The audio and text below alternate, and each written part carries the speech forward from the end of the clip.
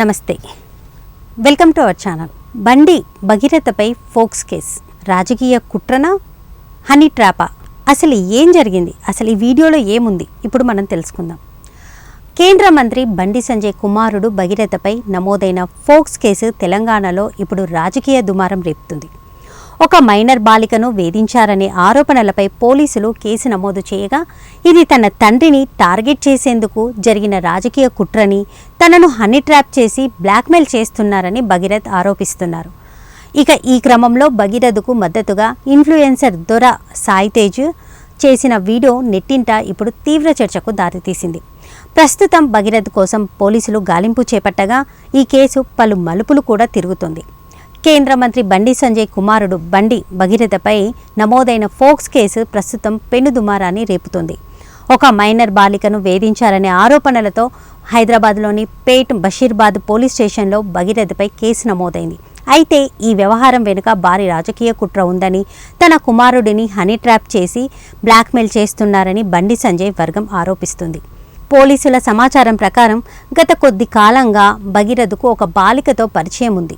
అయితే సదరు బాలిక తల్లి ఫిర్యాదు మేరకు భగీరథ్ తన కుమార్తెను లైంగికంగా వేధించాడని ఆరోపిస్తూ పోలీసులు కేసు నమోదు చేశారు. దీనికి ప్రతిగా భగీరథ్ కూడా కరీంనగర్ పోలీసులకు ఫిర్యాదు చేశారు.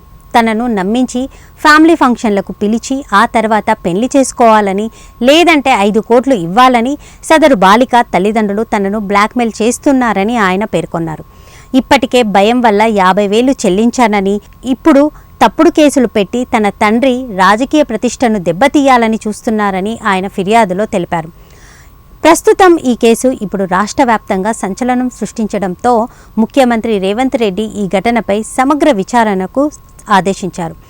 డీజీపీ సివి ఆనంద్తో మాట్లాడిన సీఎం ప్రత్యేక బృందాలను ఏర్పాటు చేసి దర్యాప్తు చేయాలని కూడా సూచించారు.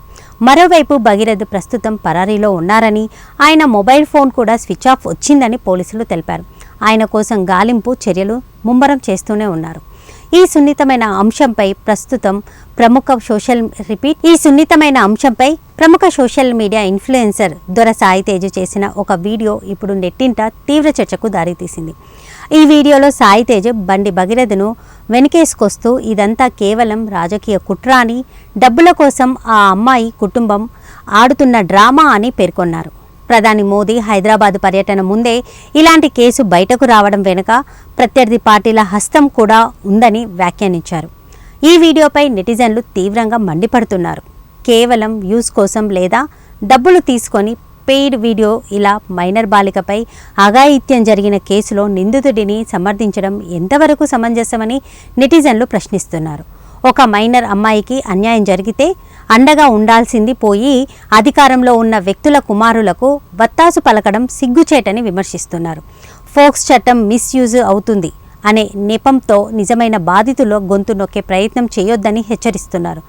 సోషల్ మీడియా ఇన్ఫ్లుయెన్సర్లు ఇలాంటి సున్నితమైన కేసులో తలదూర్చడం మానుకోవాలని పలువురు హెచ్చరిస్తున్నారు.